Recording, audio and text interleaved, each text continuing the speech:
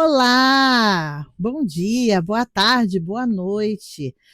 Veja só quem está de volta, sim, sou eu, a tia Lu, estou de volta com o canal, indo na contramão de tudo que estão fazendo por aí no YouTube, onde as edições estão cada vez mais complexas e cheias de detalhes, até porque a IA está ajudando, mas eu estou indo ao contrário, estou simplificando, estou minimalizando os nossos vídeos e é isso. Voltamos, então, todas as pessoas que estão chegando são muito bem-vindas a assistir. E hoje nós vamos continuar lendo o nosso livro Como Fazer Amigos e Influenciar Pessoas, que ficou aí para trás, né? Então, nós vamos terminá-lo e aí vamos fazer tudo o que tínhamos planejado, vamos seguir, temos muitas coisas a mais, tá? Então, bora aqui nesse capítulo 6 da parte Não Sei Mais, Não Me Lembro, mas vocês se lembram com certeza, bora que vamos. Como estimular as pessoas e alcançar o sucesso. O artista Pete Barlow era um velho amigo meu. Tinha um número com cães e pôneis e passou a vida viajando com o circo e espetáculos burlescos. Eu adorava ver Pete treinando cães novos para o palco. Reparei que no momento em que o animal apresentava o menor desenvolvimento de suas habilidades, Pete fazia carinho, elogiava, dava petiscos e reconhecia o progresso. Esse método não é nenhuma novidade. Os treinadores de animais usam a mesma técnica há séculos. Assim, ao tentar mudar as pessoas porque não empregamos o mesmo bom senso utilizado quando tentamos ensinar os cães? Por que não usamos um osso no lugar do chicote? Por que não elogiamos em vez de criticar? Devemos valorizar até os menores progressos. Essa atitude inspira o outro a continuar se aprimorando.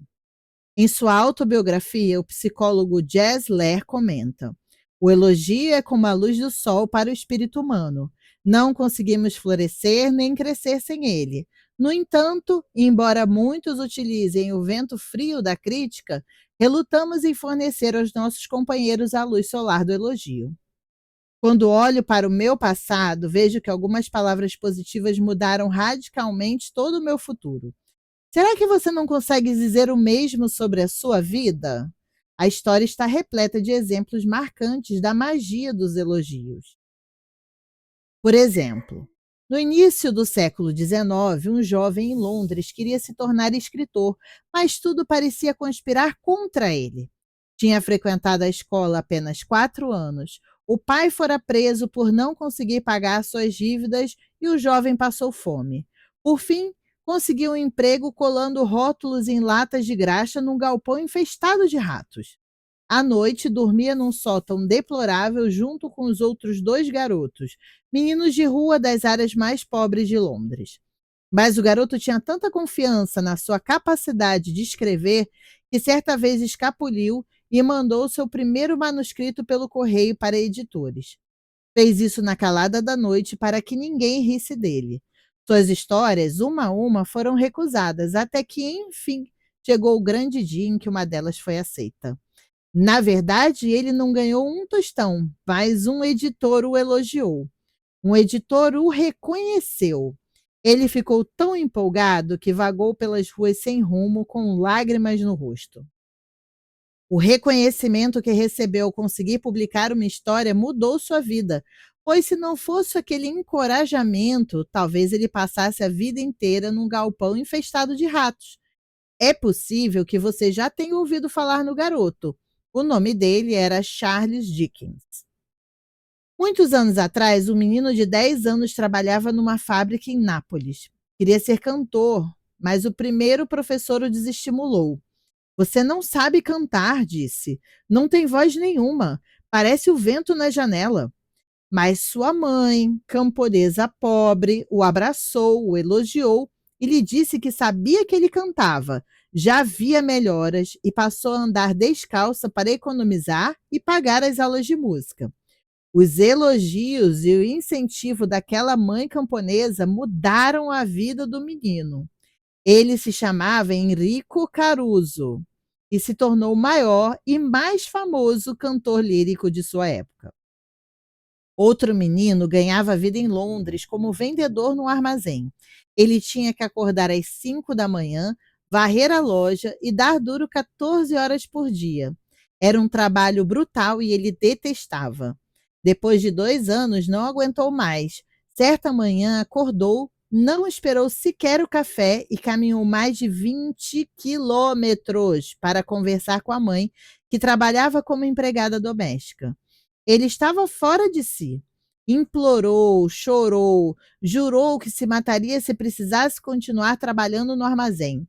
Depois escreveu uma carta longa e patética a um professor do antigo primário dizendo que estava desolado, que não queria mais viver. O professor fez alguns elogios e garantiu que ele era mesmo muito inteligente e capaz de atingir objetivos mais elevados e ofereceu-lhe um emprego como professor. O elogio mudou o futuro daquele menino e deixou uma marca eterna na história da literatura inglesa, pois ele viria a escrever inúmeros best-sellers e a ganhar mais de US$ 1 milhão com sua pena. É provável que já tenha ouvido falar dele. Seu nome, H. G. Wells. E se você acompanhou a leitura lá do livro de filosofia, né, a gente teve texto falando sobre o Wells. Usar elogios no lugar de críticas é o conceito básico dos ensinamentos de B.F. Skinner, aquele psicólogo lá do condicionamento de comportamento, né, tal. Em seus experimentos com animais e seres humanos, o grande psicólogo demonstrou que quando a crítica é minimizada e o elogio é enfatizado, as coisas boas que as pessoas fazem são reforçadas e os pontos fracos se atrofiam por não receberem qualquer atenção. Kate Hopper, de Woodland Hills, Califórnia, aplicou o princípio em sua empresa. Certa vez recebeu um material de sua gráfica com qualidade excepcionalmente alta. O gráfico responsável era um funcionário novo que vinha tendo dificuldades para se adaptar ao trabalho. O chefe dele estava aborrecido com o que considerava uma postura negativa e pensava seriamente em demiti-lo. Quando o Sr. Hopper foi informado da situação, dirigiu-se pessoalmente à gráfica e teve uma conversa com o rapaz. Contou que estava satisfeito com a qualidade do trabalho e salientou que era o melhor que tinha visto por ali havia muito tempo. Apontou todas as qualidades do trabalho, explicando como a contribuição do jovem era importante para a empresa. Em questão de dias, houve uma reviravolta completa. O jovem funcionário contou o caso para vários colegas, afirmando que alguém na empresa realmente apreciava um trabalho de qualidade. Daquele dia em diante, ele se tornou um trabalhador leal e dedicado. O Sr. Hopper não se limitou a fazer um elogio vazio ao jovem, seguido de um "você é bom nisso". Ele foi específico e explicou por que considerava o desempenho dele excelente. Por especificar as qualidades do trabalho em vez de apenas fazer elogios vagos, as palavras do Sr. Hopper se tornaram mais significativas. Todos gostam de receber elogios, mas quando o elogio é específico, transmite sinceridade. Não é algo dito apenas para manipular.